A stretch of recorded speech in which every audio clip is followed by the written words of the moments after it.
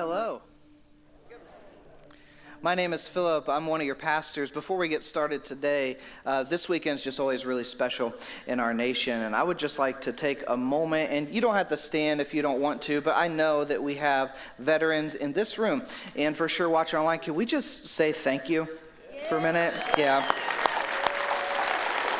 It's because of people like you, if you're one of these, it's because of people like you that we get to do this freely without having to worry who's going to come through our doors and tell us we can't. So thank you, seriously, for what you do for our nation. I'm also just really thrilled about something else we got going on around here. We just put a post out on Facebook and kind of mentioned this holiday parade thing because there's this vision that we have that we want Kalamazoo to know our church is here. But not just that, we want them to be happy that we're here. And the ultimate goal is that we want them to be better off because our church is here, kind of like a city on a hill.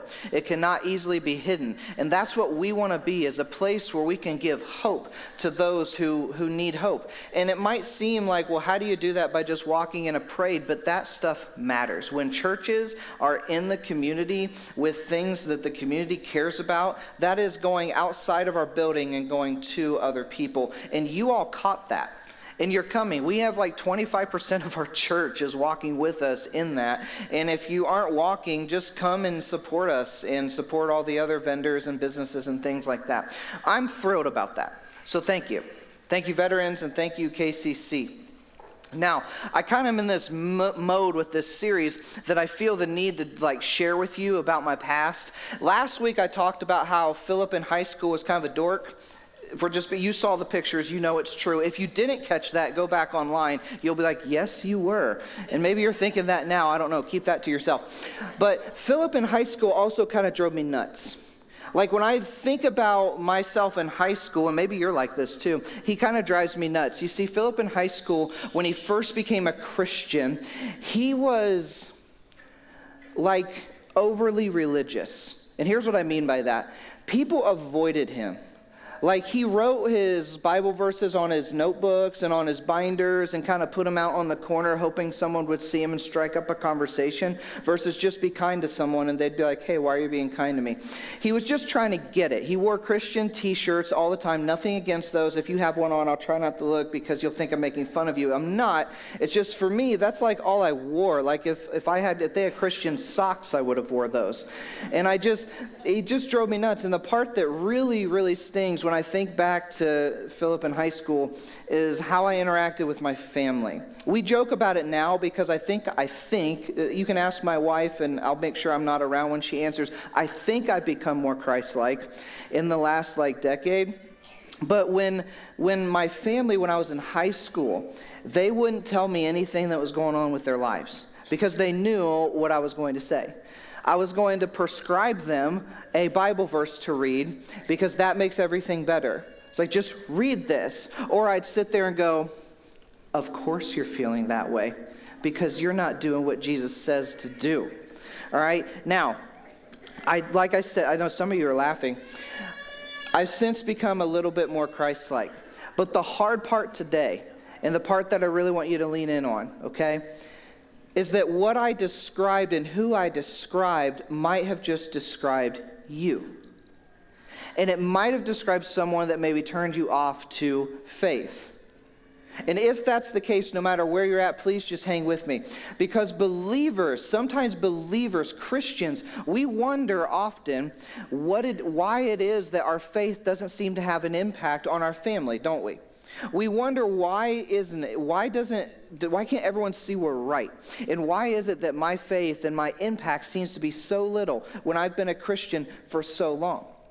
And then if you're on the other end of that, some of you are not, and especially if you're watching online, a lot of you check us out for the first time just because you're curious. You're probably saying that story, how you were in high school, is why I don't go to church. So what I want to do is just say, welcome back to the third installment of a 3-week series we called Magnify. And the whole premise of this series is this. What you magnify, you guys pay attention. Wow, okay, I can write that in my journal later. Everyone's dialed in. No, it's true. What you magnify, you get more of every single time. And as believers, we have to make sure that we are magnifying and highlighting the right things, the things that matter, the things that are going to make a difference. And if you're not a follower of Jesus, this series has been so beneficial to you as well, because all of us need to make sure that we are highlighting the right things. So I'll just break it down for you. If you missed any of them, go online and watch them. But what I'll do is just give you a recap. Week 1, we talked about our relational toolbox. And all of us have one, and we each get to choose what we put in there. And we need to make sure that we are using tools that highlight the good in other people, that bring out the good in other people, especially our children. And then we also need to self-reflect. We need to have a mirror in there to where we can look at ourselves and go, I've got some things that I need to work on, and I'm going to do that. And then week 2, and I was so excited at the response that we had to this message last week, but we talked about how Jesus magnified inclusivity over exclusivity. In fact, in Jesus' time, he was so radically inclusive of other people that people honestly thought he didn't like God sometimes. It was insane how much he would just welcome people. He drew circles, he never drew lines. And then this week, I want to top it off by talking mainly to followers of Jesus. And I don't normally do this, so I'll be honest, this is uncomfortable for me to talk to people who kind of like are in-house. I normally like to welcome people in from everywhere and be like, hey, if you're not a follower, this is beneficial. But this one, I feel like I need to talk to the Christians. And if you're not a Christian, I think you'll enjoy this dialogue as well, and it might even make you curious, because today I want to talk about elevating or magnifying the good in following Jesus. So I'll tell you right away what I'm going to do. To end this series, I want to challenge every person who says, I am a Christian, to magnify the good things in following Jesus. And to do that, we have to do 2 things. The first is we have to make sure we refuse to magnify how everything else is wrong, which we do this a lot. We've talked about that. But we have to refuse to go online or anywhere else and talk about how all these different things are just wrong. But then we also have to make sure and avoid the temptation to just go along with whatever culture says. You know what I'm going to say, don't you? We need to find a way to be in the middle where we can lean on the teachings of Jesus, and at the same time we can be a positive influence. Those who are Christians, and this is hard because some of us don't live this way, but those who are Christians are commanded by Jesus to do one thing. The new command is to love one another, but it goes with one mission, and he gave this to everybody. In fact, Matthew, who we hung out with last week, Matthew was one of these people that wrote down every little detail he could about Jesus. And at the end of Matthew's gospel, he talks about how Jesus left and he gave us one more command. And we call it in Christian circles the Great Commission. And it's huge. And he says something like this: therefore, go and make disciples of all nations, baptizing them in the name of the Father and of the Son and of the Holy Spirit, and teach them to obey all the things I've commanded you. And I love the end of the passage. He says this at the very end. He says, surely I am with you always to the very end of the age. What he's saying is magnify my teachings always. That's it. Just magnify what I told you. Just talk about what I showed you and told you. But the truth is, KCC, that the church today, and I'm not just talking about us, I'm talking about everyone. The church today has lost its original luster. The church today is not as shiny and clear as it used to be. When you read Acts, and I would encourage you to, you don't have to go far. You just go in the first few chapters. You see that the church in Acts was so just powerful that it actually changed the culture of the day. It changed everything. It changed governments. It changed people. It changed circumstances, everything. It changed it all. Why not today? Could it be, and maybe this isn't, but this could be one reason. Could it be that we have magnified the wrong things? And I think we've done this in two ways. First, I think that we've said we follow Jesus, and then our lives don't reflect someone who follows Jesus. We don't lead with love in our conversations, or we just say, we'll just go along with whatever because we want to make sure we're not stepping on any toes. We want to be popular, whatever it is. But we've said we believe and we don't actually live that way. And then we've come over here, some of us, where we've become so antagonistic and just plain out mean towards anyone who disagrees with us and the teachings of Jesus. And it has caused some to label churches and Christians as judgmental, maybe bigoted, and just mean. And it seems so restrictive. And there are many people, and I think there's probably some of you who are in this room who used to believe, but you stopped because of one or both of these examples that you saw. And I know that's a heavy thing to say, but the truth is we've lost our luster. So how do we get it back? How do we restore the shine? How do we buff out the scratches and the dents? And how do we make it a place where people realize that there is so much good in following Jesus? I think we have to take a posture of walking alongside versus being against. Ancient Rome was a really, really dangerous place to call home. If you were a Roman, it was dangerous. But if you were a Christian in ancient Rome, it wasn't just a dangerous place, it was unpredictable and just outright scary to call that place home. And in the Bible, in the New Testament, we see this guy that he's one of the main writers in the New Testament. His name is Paul. And he went to so many churches and started them. Well, the church in Rome was already started. And Paul realized that they were dealing with some stuff. If you haven't been a Christian for very long, you've probably read Romans. You've probably seen Romans plastered up on several different things. It's so good because what Paul did in this book, in this letter, is he wrote what it takes to follow Jesus. He's like, if you want to know what it's like, here's what we do. And he does that for about 12 chapters. And then when you get to Romans chapter 12, he takes a different tone. He shifts his focus from what we should do to how we should respond to God and how we should mimic God. And listen to what he says, because he employs believers to give their bodies as living sacrifices. And he starts off Romans chapter 12 with this: don't copy the behavior and customs of this world, but let God transform you into a new person by changing the way you think. Then you will learn to know God's will for you, which is good and pleasing and perfect. And the first thing that I want to point out about what Paul says about following Jesus is that it is three things. It is good, it is pleasing, and it is what? Perfect. That's the first thing he points out about following Jesus. Now, to a point I want to draw specific attention to is what he says next, a few verses down. And the reason I want to draw attention to this is because this is one of the primary grievances that culture has against the church. And I will tell you this from just being here a short time, I'm your newest pastor here, that I don't sense this at KCC. But I know that it's probably here to some degree because all of us do this. And I want to challenge us with what Paul says next. Here's what he says: don't just pretend to love others. I want to read that again. Don't just pretend to love others. Really love them. Hate what is wrong.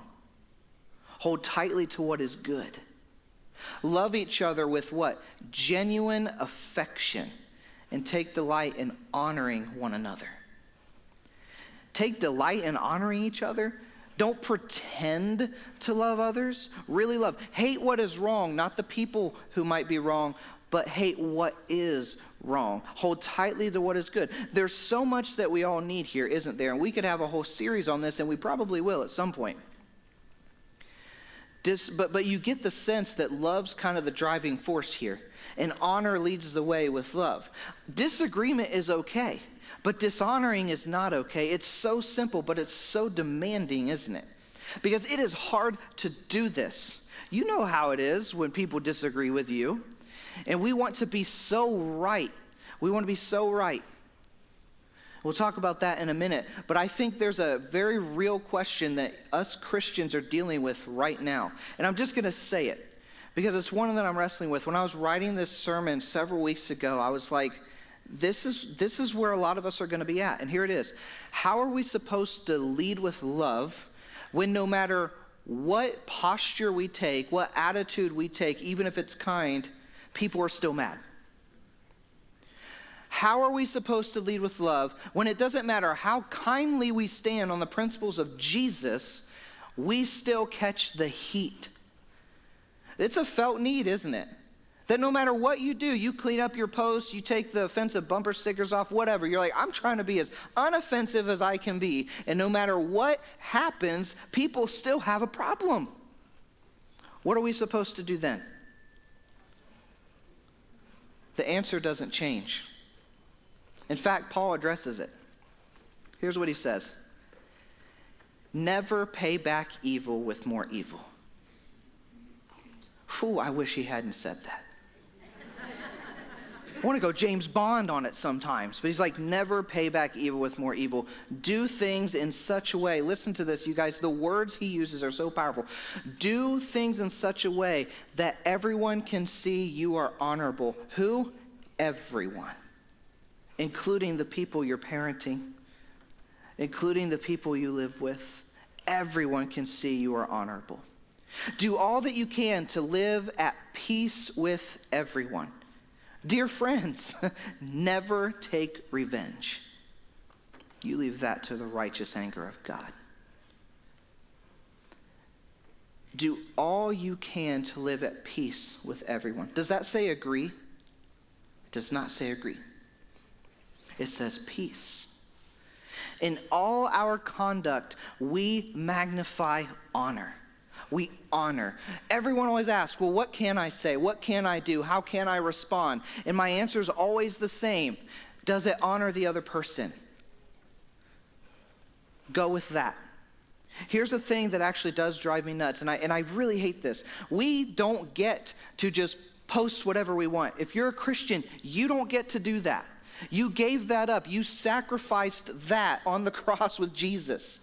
Your old you died, and you are now new. You don't get to do that anymore. I don't get to do that anymore. I don't get to riot. I don't get to just blast whatever I want. I don't get to do that. And neither do you. And I don't like that. I don't like that. But honor does its best to live at peace with everyone. Okay, when you become a parent, any parents in the room? Okay, isn't it so hilarious? And maybe you don't think it is. I think it's hilarious, but it drives me nuts that I do this. Isn't it funny all the things you said you would never do that your parents did that drove you nuts, and you do them? You made a decision, you're like, when I get older, I am not going to act that way. And you look in the mirror, you are that person. And who tells you? Your kids, or your spouse, or your boss says something, you're like, oh, that's what people used to say about my dad. When you become a parent, you have to make a decision. Because some of us, we don't like the way that maybe we were disciplined being brought up. Maybe it was a little too abrasive or whatever. I don't know. But you have to make a decision about parenting when you become a parent. And I would highly recommend you do that before they come here. Okay? I would highly recommend you talk to your spouse before they become your spouse about how you're going to do that. But every time we become abrasive in our parenting, we lose credibility, don't we? Especially with teenagers. Every time we become abrasive and we display our power instead of our affection, we lose credibility. And I think that is a perfect analogy for what has happened with culture in the church. And it goes both ways. The Christian is never to take the initiative in disturbing the peace. Never. You see why I'm nervous to preach this? I've been here 7 weeks. But this is from Jesus. And I feel like I've got to just tell you what he says. Here's where I struggle, and it's personal for me, and maybe you feel this way too. Maybe not, but here is one of my primary struggles, you guys. I struggle with these so-called, and I'm not going to name names. I don't want any giggles, so try to keep them to yourself. I'm probably not even meaning what you think or talking about who you think. But I struggle with mainstream faces and supposed Christian politicians and people who say they believe in Jesus. Some of our nation's leaders who say they believe in Jesus, and then they do not treat people as he treated people. Because what happens is you get all these Christians who are like, well, that's part of this, so if they treat people that way, then I get to treat people that way. And when did we dethrone Jesus and put somebody else up there? He belongs there. I'm just going to exit out the back today, okay? Many Christians, I do too, take this approach because we want to be right. But we must restore the luster that the church once had, to remove the tarnish. And it's our job as followers of Jesus to do that. It's your job. But it's easy to say, but it's so hard to implement. So what can you do? What can you do? First, take a deep breath. I think we can turn again to Paul's words in this text. Here's how he closes out this text. Don't let evil conquer you, but conquer evil by doing what? Good. Don't let evil conquer you, but conquer evil by doing good. Often we think we have to fight fire with fire. We're not firemen. But the way of Jesus is not that way. He could have wiped his enemies off the face of the earth. But what did he choose? He chose to take it because he knew you were hanging in the balance. He knew that. He chose to stay. He could have stopped it at any time, you guys. He could have just said, okay, this is going to take thousands of years for people to finally get it. So what am I going to do? I'm going to show them right now. Even Satan tried to get him to do that. But he didn't. He took the long road. Every one of us wants to be right. And if you're a Christian, I want you to just listen to one of these quotes that I love to listen to Craig Rochelle. If you're a leader, I would highly recommend you listen to Craig Rochelle's leadership podcast, because almost at the end of every episode, he says this, and I want to echo it to you today. People would rather follow a leader who cares versus a leader who's always right. Let me rephrase it for you parents. Children would rather follow a parent who cares versus a parent who is always right, because you're always going to be right. Kids, they really are, okay? They just know. I know you disagree, but that's a sermon for another day. There may be some cleaning up that we need to do as Christians. Some cleaning up that we need to clean house of some things. That if we're living and if we have anything in our lives that is taking away the shine of the church, that there is not a spotlight on Jesus, but there's a spotlight on some other public figure, on yourself or on this ideology or whatever, we need to dethrone that. And we need to go into next year, because next year is a very significant year for our nation. Because it's going to be an exchange again of a leader. And no matter who is there, they are not Jesus. Jesus is Jesus. And no matter who's leading what, you're leading things, I'm leading things, we all need to be praying for those people. They need prayer. So let's take that posture. If you're not a Christian, can we just be honest about something? This may rub you the wrong way, because you might have been hoping that I was going to say, hey, if you're a Christian, you just need to go along. You need to just say, hey, I believe that. I can go along with that. That's not what I will ever say, because that's not what Jesus did. And that may rub you the wrong way, and that's okay. Because you will see at this church that our posture will never be one of antagonistic, mean, hate. It will never be that. But we will stand on what Jesus says. And we'll always lean in with love. But what you can do if you're not a Christian is to just ask some questions. Here's what I'll challenge you. I'll just take a cue from Ted Lasso. Stay curious. Stay curious. Just stay curious and ask questions. Because who knows? You might eventually hear something that you never heard before. And one of those things might be that God actually does care about you and loves you. All of us can magnify the good. What you magnify, you get more of every single time. So as Christians, what we're going to do is end this series, and I really hope that you'll join me, because I want this to kind of be a launching pad for us into the next 365 days. I want us to launch in to magnifying the good, to help pull the good out of people, out of public figures, all of that, no matter where we are, to bloom where we're at and be a positive influence. If you are a Christian, you are being sent, not by me, but by Jesus. He wants to send you, and he's likely got you exactly in the circumstance and exactly where he needs you to shine a light and to be a city on a hill. And my family knows what it's like to be in a circumstance that you're like, how can any good come from this? There can, and there will, if you're faithful. So stay faithful. Stay faithful. What would happen if we all took this new posture? What would happen to your parenting?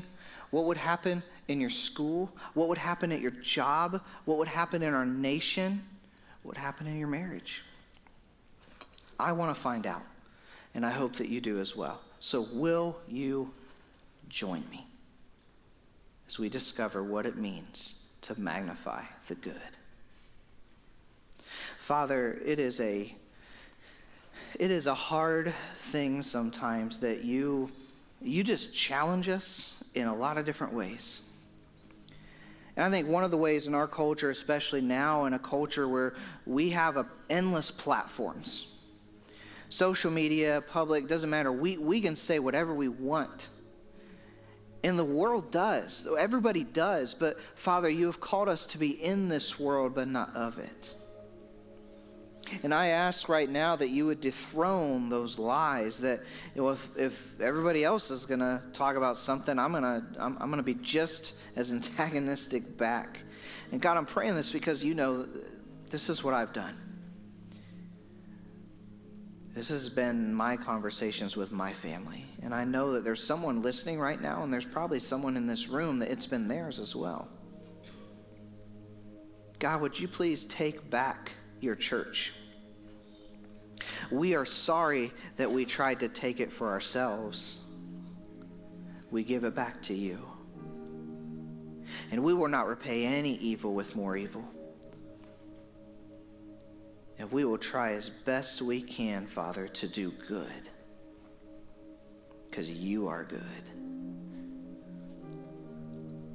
God, some of us in here are angry. May you challenge us to trust you with your righteous anger, to trust you with the outcome. Father, some of us are anxious. Would we trust you with our anxiety? Father, some of us are brokenhearted. Some of us feel like we've lost more than we could ever imagine. Would you show us that you are more than enough? Thank you for your words.